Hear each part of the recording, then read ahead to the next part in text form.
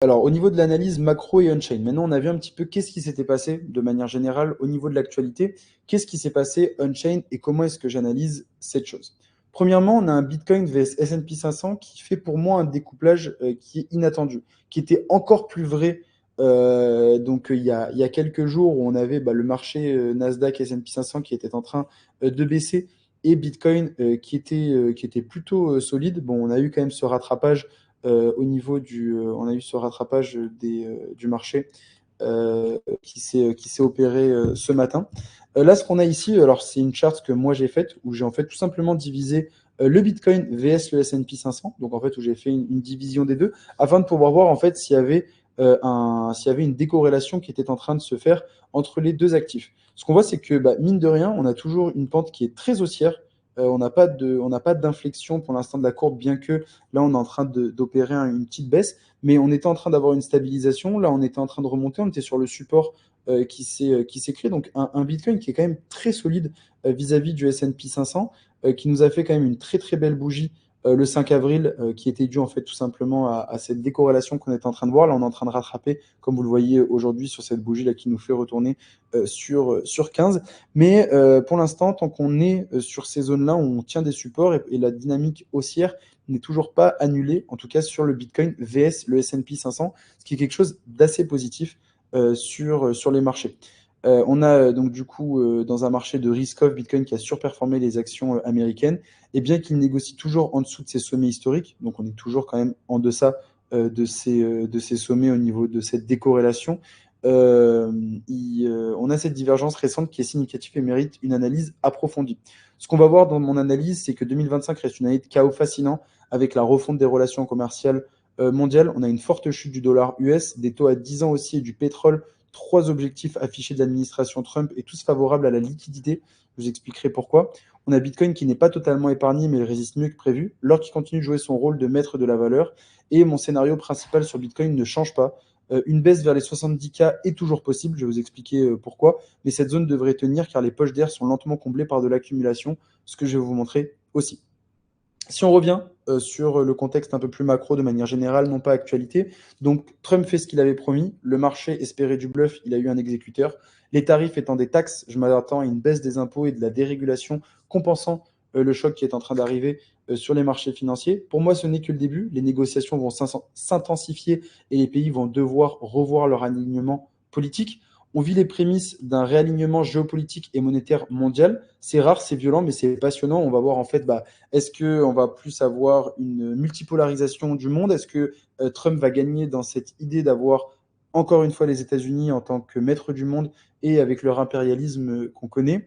Je pense que les entreprises locales et étrangères vont souffrir. Le risque de récession augmente car relocaliser du coup des chaînes d'approvisionnement est coûteux et lent. Mais encore une fois, comme je vous le dis à chaque fois et comme je vous le répète, quand tout le monde va parler de récession, on aura déjà pricé, le marché aura pricé. L'économie, certes, va en pâtir, mais le marché aura déjà pricé ça. Et donc, du coup, ça nous permettra de nous réexposer bien plus violemment sur les marchés pour un gros rebond. La baisse des rendements obligataires, d'ailleurs, le confirme. Le fait que des obligations baissent, ça montre qu'il y a un ralentissement du marché. Et l'inflation, elle pourrait repartir à cause de la hausse attendue des prix finaux induite par les droits de douane, même si cette hausse va rester transitoire. J'attends beaucoup derrière ce que Jérôme Powell va dire, parce que il y a quelque chose aussi qui est quand même assez inédit, c'est le fait qu'on ait une économie qui baisse, donc qui normalement pousse à avoir une hausse des taux d'intérêt, mais de l'autre côté, une inflation qui va augmenter. Qu'est-ce que va faire la Fed aujourd'hui dans cette dynamique de marché? Ça va être très important à aller regarder. Mais le message est clair dans un monde multipolaire, les anciens alliés ne le sont plus forcément. Et ce que dit Trump au niveau de l'Europe, ce matin je l'écoutais, mais ça reste quand même très vindicatif vis-à-vis de l'Europe. Et ça reste très intéressant à regarder, mais aussi peut faire peur au niveau de comment le monde va se réorganiser. Selon moi, parier sur les États-Unis à long terme reste toujours assez bon avec un Trump. Donc toutes les valeurs crypto américaines sont intéressantes et pour moi la crypto reste ultra ultra ultra ultra positive dans cette économie, enfin cette administration Trump à moyen long terme. Les actifs européens moins pour moi à mes yeux. Pour tous ceux qui d'ailleurs sont exposés sur le marché des actions, là on a des entrées qui pour moi sont des entrées générationnelles ultra intéressantes, même si on peut avoir encore un crash qui continue. On est sur des points qui sont ultra, ultra, ultra intéressants actuellement pour ceux qui sont intéressés par ça. Au niveau de ce qu'on appelle le trifecta Trump, donc les 3 points les plus importants que l'administration Trump avait besoin pour revoir un regain de liquidité et un regain aussi au niveau de l'économie, c'était ça. Donc, on a un dollar qui est en train de baisser. Le fait que le dollar soit en train de baisser... Ah mince, c'est pas la bonne. Je sais pas pourquoi les liens ne fonctionnent pas très bien aujourd'hui. Hop. Au niveau de ce qu'on voit, au niveau du DXY, donc du dollar index, on a une baisse du dollar. Cette baisse du dollar hein, qu'on a depuis son mandat, où là on est à peu près sur un moins 7%, ce qui est énorme hein, sur du dollar. On a un rebond quand même technique qui est en train de se faire au niveau du dollar. Le fait qu'on a un dollar qui baisse, c'est intéressant notamment pour le déficit public américain. Pourquoi? Parce que imaginez-vous demain avoir une dette. Si la monnaie dans laquelle vous êtes endetté baisse, ça veut dire que le poids de la dette baisse. Parce que si vous vendez des actifs de l'autre côté et que vous pouvez du coup rembourser la dette, ce qui est un des objectifs de Donald Trump, ça reste quelque chose de très positif. Et si vous avez une hausse, du coup, si vous avez une baisse des taux d'intérêt, potentiellement ça peut appuyer encore cette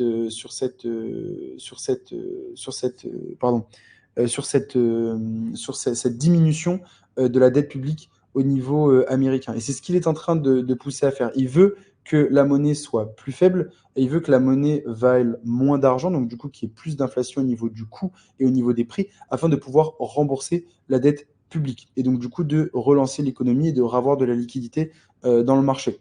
Pareillement, on a eu aussi au niveau du pétrole, donc du coup qui est en train de baisser suite à ce qu'on est en train de voir. Pareil, on est encore sur la même problématique au niveau des charts. Mais hop, je vais vous montrer ça. On a eu une baisse et vraiment une cassure du support au niveau du pétrole, ce qui, pareil, est quelque chose qui est positif pour Trump et qui était un de ses objectifs. Pourquoi? Parce qu'une baisse du pétrole, ça veut dire une baisse de la matière première pour faire de l'énergie. Donc, du coup, qui veut dire une baisse du prix de l'énergie? Veut dire que potentiellement, on a de l'énergie pas chère pour pouvoir aller créer de la richesse. Donc, augmentation de la liquidité potentielle, baisse du déficit public, plus un pétrole qui baisse au niveau du prix, ça reste des choses qui sont positives pour le marché. Et pareil, le fait qu'on ait, ça j'aimerais bien vous le montrer, mais ça encore c'est quelque chose qu'on attendait, le fait que, ouais, super. Le fait qu'on ait une baisse au niveau du pourcentage des rendements obligataires pousse aussi,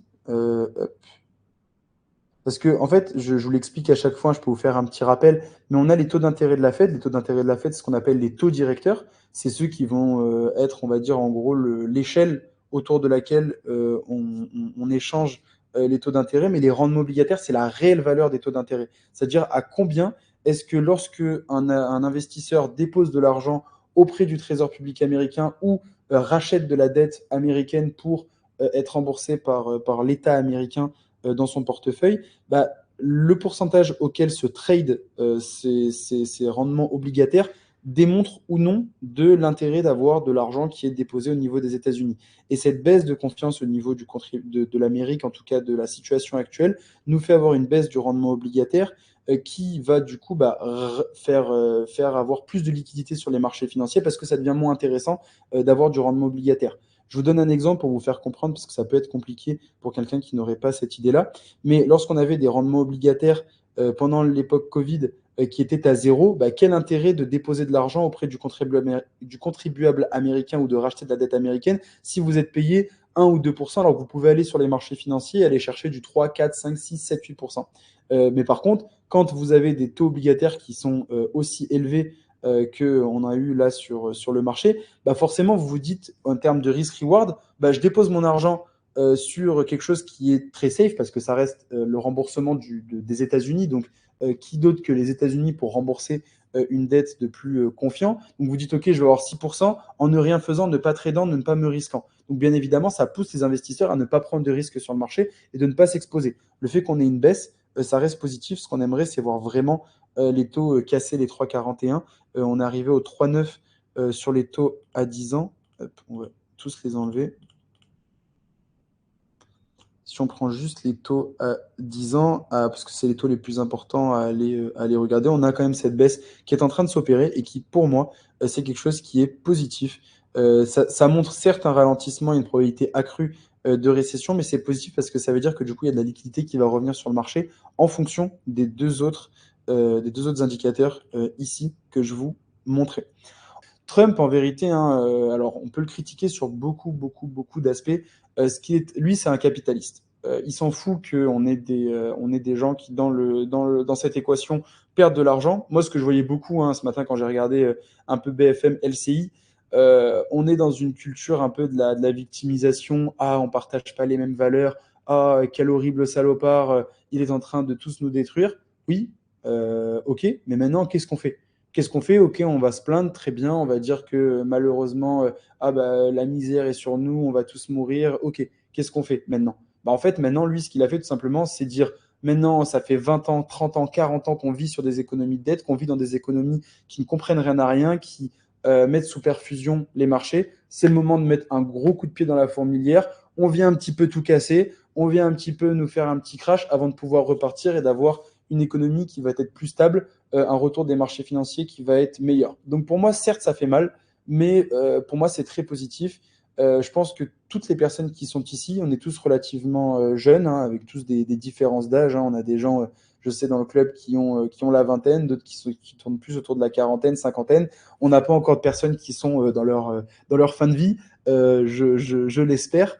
Je vous le souhaite à tous. Donc, ayons de la positivité parce que c'est comme ça qu'on va réussir sur du long terme parce que faut pas voir qu'un bull run. Alors certes, là, les espoirs d'avoir un bull run très rapide dans les semaines prochaines, non, on n'en est pas là. Là, on va devoir avoir une période d'accumulation. On aura des pumps qui nous permettront d'aller faire des trades intéressants. C'est ce qu'on va vraiment aller suivre. Mais il faut voir ça de manière long terme. On va avoir pour le coup un véritable repump sur le marché qui sera vraiment intéressant quand tous les gens seront en mode peur. Il ne faut pas que nous, en tout cas dans ce club, moi en tout cas c'est la vision que j'ai, ne pas avoir peur de ce type de période. On va le faire, ça va être vraiment positif selon moi dans les prochains mois. Au niveau de l'arbitrage relatif Europe vs USA, pour moi c'est pas si intéressant que ça. Alors, on a, lorsqu'on fait le distinguo entre le DAX et le S&P 500, on a eu une surperformance du DAX allemand de plus de 20% depuis le début de l'année vis-à-vis du S&P 500. Alors, on a eu, pour toutes les personnes qui l'ont fait, un côté plus intéressant d'investir sur de l'européen que de l'américain. Moi, à titre personnel, ma vision, elle est pour moi, les pays européens, même s'ils reprennent des politiques de relance, pour moi, c'est pas quelque chose pour moi qui va être intéressant d'investir sur de l'Europe dans ces temps de marché parce que l'Europe reste toujours quand même assez faible en règle générale vis-à-vis du marché. Si on fait un DAX versus S&P, SPX, hop, voilà. Si vous prenez le DAX, donc le DAX qui est qui est l'indicateur de l'économie allemande, VS le S&P 500, on voit que depuis l'arrivée de Trump au pouvoir, on a une surperformance de quasiment 30%. Si on prend actuellement ce qu'on a eu à l'ouverture, pareil, on est sur du plus 22%. Donc on a quand même l'économie européenne qui, en tout cas les actifs qui vont plus vers l'Europe que vers les États-Unis, notamment dans ce climat d'incertitude vis-à-vis de l'économie Trump. On a quand même un or qui est à mettre en valeur, l'or qui est quand même un actif, qui est un actif de bear market, qui est un actif de bear market, l'or, mais qui performe bien. Si on prend la performance par rapport aux autres années, on est sur une performance qui est quand même très bonne de l'or sur l'année 2025, qui, comparé à Bitcoin, est à moins 14%, Nvidia à moins 18%, S&P à moins 25%. Et comme le dit Rick Rule, il faut posséder de l'or, mais espérer qu'il ne monte pas, car quand l'or monte, c'est que le monde va mal. Mais là, actuellement, notamment dans la dynamique où Bitcoin, on veut de l'or numérique sur Bitcoin, il faut rester dans des valeurs refuges. Il faut rester dans des valeurs refuges pendant ce type de période. On a, pour revenir un peu là-dessus, Bitcoin qui fait, on a vraiment une résilience inattendue au niveau de Bitcoin. Quand Bitcoin est perçu comme une action à levier, cela signifie souvent qu'un découplage est proche. Et que là, actuellement, c'est ce qu'on est en train de voir. On a Nike et Walmart qui ont plus souffert que Bitcoin. Lorsque les gens cherchent une réserve de valeur mondiale, l'or en profite, mais Bitcoin pourrait suivre. Et là, on est en train d'assister quand même pour moi, une vraie inflexion structurelle du marché crypto, où le fait que pour l'instant Bitcoin tienne, ça montre que on a le marché crypto qui est de plus en plus adopté avec cette vision qui, pour moi, en fait, quand les gens le disaient, ouais, les cryptos, c'est une valeur refuge, alors oui, mais sous combien de temps ça va être intégré par les investisseurs? Parce que certes, c'est le but, surtout de Bitcoin, pas forcément des altcoins, mais surtout de Bitcoin, mais combien de temps ça va prendre? Et là, on est en train petit à petit de le voir, donc c'est ce qui me rend ultra positif sur notre écosystème crypto. Au niveau de l'analyse technique on-chain que je vois aussi sur Bitcoin, donc ça c'est ce qu'on appelle le Bitcoin price, hein, c'est plusieurs zones qui sont intéressantes au niveau de Bitcoin à venir analyser. Donc on a dépassé malheureusement, on était revenu au-dessus de la 200 DMA, on est repassé en dessous. Et il faut savoir que la 200 DMA, c'est un prix qui a très souvent été en fait retesté. Donc c'est la moyenne mobile des 200 jours qui a souvent été retestée pendant ce marché haussier. Pourquoi c'est important de le voir? C'est que en règle générale, c'est les marchés traditionnels qui sont toujours autour de cette 200 DMA. Le S&P 500, le Nasdaq, vous le voyez, a toujours été tradé autour de ça. Et les périodes en dessous, c'était des périodes de baisse et de peur. Les périodes au-dessus, c'était des périodes d'euphorie. Et actuellement, le Bitcoin est en train de ressembler de plus en plus aussi au marché traditionnel. On est passé par contre en dessous du short-term holder cost basis qui était à 93 000, qui pour moi était un chiffre qui était le plus important si on veut retourner en bull run, tant qu'on ne sera pas au-dessus de ce chiffre des 93 000. Pour moi, on n'a pas de bull run qui est possible là-dessus, parce que les short-term holder cost basis, tout simplement le coût d'acquisition moyen des personnes qui détiennent du Bitcoin depuis moins de 6 mois, donc des nouveaux arrivants. Pour l'instant, on est plus en train de mettre les gens sous l'eau, de mettre les gens dans la panique avant de pouvoir potentiellement repartir. Au niveau du MVRV, donc du market value divisé par realized value, market value, le prix du marché divisé par realized value. Realized value, c'est le coût d'acquisition moyen, du coup, le coût d'acquisition moyen des bitcoins sur le marché, que ce soit des long-term holders ou des short-term holders. Là, actuellement, ce que ça montre, c'est que là, on est en train de retester ça. On a vraiment liquidé en dessous. Il faut qu'on revienne au-dessus de 78 000 pour qu'on ait un regain d'espoir aussi de manière générale et globale sur le marché, comprenant les short-term holders et les long-term holders. De la même manière qu'on l'avait eu ici en août, hein, et on se rappelle de ce que je vous ai montré. On a eu le VIX qui était à des niveaux équivalents à ceux qu'on a eu en août. On est venu faire capituler le marché une bonne fois pour toutes, comme on l'a eu ici. Maintenant, ce qu'on veut voir, si on veut repartir de manière positive et que ce ne soit qu'un rebond passager et non pas du coup un développement de marché où on va devoir attendre et qui va être long avant de pouvoir faire un repump, on va devoir attendre en fait tout simplement à ce qu'on remonte au-dessus, qu'on essaye de revenir, qu'on revienne au-dessus de la 200 DMA afin de pouvoir enfin pouvoir revenir au-dessus du short-term holder realized price comme on l'avait fait ici. On était venu taquiner une première fois les 200 DMA, on était repassé au-dessus, on était revenu en dessous, ce qui nous avait créé cette liquidation. Hein. Pareil, on est venu au-dessus, petit regain d'espoir, on est repassé en dessous, peur sur les marchés, liquidation. On vient ici liquider fortement le marché et on va voir maintenant si on peut repartir pour nous refaire quelque chose de positif. Sinon, si on n'arrive pas à refaire le même pattern, parce qu'on n'a pas de catalyseur haussier assez puissant, ce qui va être important à venir analyser, c'est les 70 000 et les 64 000. 64 000 qui représentent le true mean price. Et alors là, par contre, si on passe en dessous de 64 000, là, on est vraiment dans une dynamique de bear market. Et là, ça va prendre du temps avant de pouvoir repartir au niveau du marché. Pourquoi? Parce que le true mean price, qu'est-ce que c'est? Le true mean price, c'est tout simplement la moyenne d'acquisition des bitcoins sur le marché par les personnes qui détiennent des bitcoins depuis plus de 6 mois, mais pas des personnes qui en détiennent depuis plus de 5 ans. Pourquoi? Parce que forcément, les personnes qui ont acheté des bitcoins à 100 $, c'est pas si intéressant à venir analyser, puisque ces mecs-là, qui vendent, qui neige, qui pleuvent, forcément, c'est des dormants. Hein. Les mecs, ils sont en fois milliers, donc c'est pas intéressant à venir analyser. Et ce prix-là, c'est vraiment un prix d'inflexion qui, lors des précédents bull market, ça a été des prix qui ont vraiment fait support et liquidation. Par exemple, si on prend le marché de 2021, on est vraiment venu faire support là-dessus. Si on était passé en dessous, ça aurait été bear market. C'est ce qui s'est passé ensuite par la suite. Voilà, ici. On est venu ici faire support. On avait une énorme souffrance. Là, on était sur des niveaux de quasiment moins 50% de liquidation, notamment en avril 2021. On est venu rebondir ici avant de pouvoir faire un énième rebond qui était un peu ce dead cat bounce, comme on appelle. Et une fois qu'on est passé par contre en dessous la deuxième fois, là par contre on est vraiment rentré dans une dynamique de bear market, ce qui n'est pas pour l'instant en tout cas mon premier scénario, mais il faut s'en prémunir parce que on a de l'instabilité vraiment géopolitique et économique.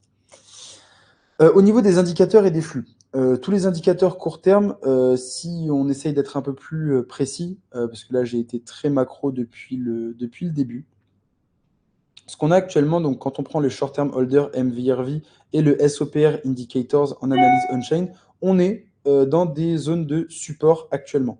On est dans des zones de support, hein, la zone de support elle est entre les 71 000 et la zone des 79 000. On est revenu ici, pareil, en 2024 lorsqu'on a vu cette accumulation. On y est revenu pareil ici en juin 2021. On est venu s'installer très longtemps là-dedans. On a un tout petit peu passé en dessous pour venir faire du mal avant de pouvoir repartir. C'est pour ça que aller faire une mèche aux 70 000, c'est quelque chose qui est plausible. C'est pas encore mon premier scénario, mais c'est quelque chose qui est plausible. C'est pour ça que je vous le disais en introduction qu'on revienne encore nous faire un dernier et énième crash. Mais là, actuellement, on est dans des zones on-chain qui sont très intéressantes pour venir réaccumuler. On est dans des très bonnes zones, on est dans des zones de support selon ce qu'on voit au niveau on-chain sur le marché. On a les flux au niveau des ETF BTC qui, par contre, on avait eu un petit repump ici sur le marché en termes de total net flow. Là, actuellement, on est encore en train de baisser. On a eu plutôt des outflows, donc on a eu plus des sorties de la part des ETF. Donc, on attend qu'on ait en fait tout simplement un regain au niveau des ETF de positivité, parce que pour l'instant, ce n'est pas quelque chose d'assez beau. Donc, un regain un petit peu de la pression acheteuse. On a la pression vendeuse, par contre, qui est de l'autre côté. On n'a pas de pression acheteuse qui est forte. Par contre, on a de la pression vendeuse qui s'affaiblit de plus en plus, qui est quand même quelque chose d'assez positif et qui peut nous dire qu'on est en train de se calmer. Là, c'est Long Term Holder Distribution. Donc, ça veut dire toutes les personnes qui détiennent du Bitcoin depuis plus de 6 mois. Là, actuellement, ils sont plutôt en train d'arrêter de vendre massivement, hein. On a 7 milliards de dollars de ventes si on fait les derniers 30 jours de vente. Tandis que sur des sommets, on avait des 83 milliards de total de déplacement en fait, de la supply et donc du coup de vente si on suppute sur la nature de ces déplacements. Donc là, actuellement, ce qui est positif, c'est qu'on a une baisse au niveau de la distribution des tokens. Quelque chose qui, pour moi aussi, est assez positif en analyse on-chain, c'est que la zone d'air qu'on avait entre les 73 000 et les 86 000, donc cette poche d'air dont je vous avais parlé à de nombreuses reprises, notamment lors du dernier rapport mensuel, qui est en train d'être comblé. Alors bon, là, malheureusement, on a depuis le 0,4 depuis le 0,6, donc depuis hier, ça n'a pas encore été mis à jour, notamment avec ce qui s'est passé ce matin. Mais je ne sais pas si vous vous rappelez, je vous l'avais montré, on avait entre les 89 000 et les 72 000, on avait une zone d'air qui était énorme. Zone d'air, ça veut dire quoi? Ça veut dire que le marché, en fait, tout simplement, lorsque vous prenez, si vous prenez juste le BTC, le fait d'avoir eu en fait un marché qui a explosé au moment des élections entre les 68 000 et les 96 000, en fait, cette explosion qu'on a eue ici a laissé une énorme zone d'air. Ça veut dire quoi? Ça veut dire que personne n'a pu accumuler des tokens dans cette zone-là. Donc, ce qui en fait une zone d'inefficience sur les marchés où le marché est le plus susceptible de retourner. Et c'est en fait ce qui s'est passé, c'est que là actuellement on est en train de combler cette zone d'air, on est en train d'accumuler dans cette zone-là afin de créer un marché beaucoup plus solide. Si je reviens là-dessus, en fait, tout simplement, c'est que là, on a encore une zone d'air entre les 72 et les 76 000. On y est revenu. J'ai hâte de voir demain, quand ça va se remettre à jour, si on a vraiment eu de nombreux achats là-dedans. Mais on peut encore stagner en fait, entre ces 72 et 76 000 pendant un petit moment, afin en fait, d'avoir un marché qui soit beaucoup plus sain. Parce que là, lorsqu'on le voit, hein, tout ce qui est entre 56 000 et 68 000 sera fortement, fortement, fortement défendu par le marché. On a Michael Saylor aussi qui a un coût total, un coût moyen d'acquisition qui est aux alentours je crois que des 64 000 dollars, si je dis pas de bêtises. Donc forcément, cette zone des 64 000 dollars correspond au true min price. Ça veut dire que là, il va y avoir beaucoup, beaucoup, beaucoup de défense de ce prix sur le marché. Donc moi, ce que je vois, c'est que potentiellement, on peut avoir une petite liquidation aux 70 000, c'est possible, mais je vois beaucoup le marché, enfin je vois en tout cas dans ma boule de cristal, je pense que le marché peut continuer à accumuler dans cette zone-là afin d'avoir un marché qui soit beaucoup plus efficient pour pouvoir repartir. Donc, en conclusion, sur ce que je vois en analyse on-chain, et après, je vous ferai un petit peu ma lecture du marché, hein. Je vais regarder après derrière si vous avez des questions. Mais les prix ont probablement déjà changé. La vitesse du marché actuel est totalement différente. On vit une période historique où les piliers du système mondial sont démantelés sous nos yeux. Ma conviction sur Bitcoin et l'or ne change pas. Ce sont mes véhicules de confiance pour épargner dans ce chaos. Rien de tout cela ne modifie ma thèse ni mes attentes à court terme. Quand la confiance disparaît à l'échelle souveraine, quel actif il reste si ce n'est Bitcoin et l'or? Là où en fait convergent spontanément en cas d'incertitude. Pour moi, c'est ultra positif au niveau de l'adoption des cryptos. Je vais revenir après, je vous ai fait une petite lecture de ce que je voyais avec différents crashs qu'on a pu avoir, que ce soit celui de 2018 ou celui de 2020, sur lequel je vais revenir. Mais déjà, voilà un petit peu ma conviction au niveau crypto, et après, je vous ferai une grosse conclusion au niveau de ce que je pense et sur les zones que je regarde et que je vais surveiller, notamment avec les portefeuilles. Partie du rapport que moi je vais faire au niveau on-chain. Si vous n'avez pas de questions, je continue sur la partie ma lecture et ce que nous dit l'on-chain aujourd'hui à la lumière des crises passées. Je vous ai fait des tableaux un petit peu où je suis revenu sur ce qui s'est passé sur les différentes crises avec ce qui est positif, ce qui l'est moins là-dessus. Donc si on reprend 2025, donc on a vraiment un choc, mais pas un crash encore pour l'instant, hein, on-chain sur le marché. Si on prend là le 4 avril 2025, zone neutre, pas d'euphorie encore qui est au-dessus du 3 en MVRV, ni de capitulation en dessous de 1 sur le marché. Les long-term holders ne capitulent pas forcément. Le point bas de Covid était à 0,85, donc là, véritablement, un point de crash. Pour l'instant, on n'est pas du tout dans un crash en termes de capitulation on-chain qui ressemble à celui du Covid. Au niveau des BTC sur les exchanges, notamment, on a eu 2,82 millions de BTC qui ont été envoyés sur les exchanges sur le crash. Plus bas de 5 ans, mais lorsqu'on prend la forte remontée qu'on a vue au point bas Covid, c'est totalement différent. On a un funding qui est légèrement négatif. Donc les funding rates, je le rappelle, ce que c'est tout simplement lorsque vous avez des positions qui s'ouvrent sur le marché, des dérivés, que ce soit à la hausse ou à la baisse. Lorsque par exemple le marché est structurellement haussier, vous allez payer des funding rates. Donc les funding rates vont être positifs. Vous allez payer pour pouvoir garder ces positions ouvertes. Donc du coup à la hausse, vous allez les payer aux personnes de l'autre côté qui sont en train de shorter, qui sont en train de parier à la baisse parce qu'ils parient à l'encontre du marché.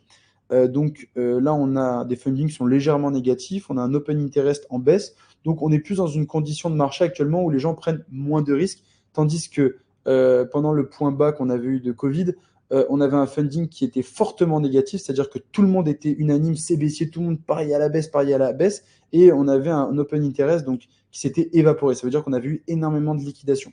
Donc pour l'instant, encore une fois, ça conforte qu'on n'est pas du tout dans un crash Covid type Black Swan qui, pour le coup, créerait vraiment une zizanie sur les marchés. On a un SOPR qui est aussi autour de 1. Les coins bougent à prix coûtant. Pas de panique générale actuellement sur le marché on-chain.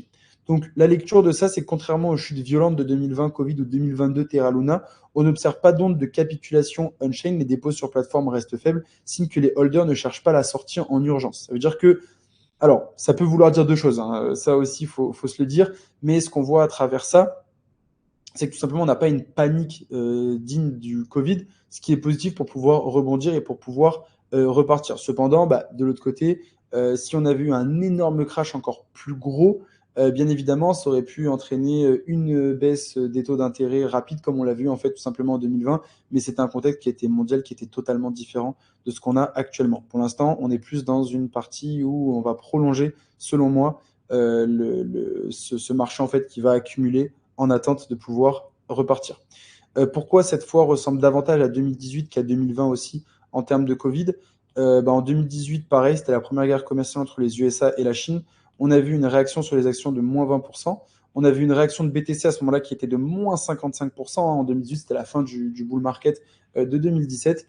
Et on a vu un flux on-chain de sortie modérée d'exchange, puisque les gens n'avaient pas vu venir en fait tout simplement ça. Par contre, c'était la rentrée dans un bear market. Alors que là, ce qu'on a vu en 2021, c'était un gros choc global sanitaire, moins 35% en 3 semaines, moins 50% en 48 heures sur BTC, et un dépôt massif sur les exchanges. Ce qu'on voit actuellement, c'est que, bon, alors, c'était les chiffres que j'avais hier, donc là, ce matin, ça a un peu changé, mais on a des sorties continues.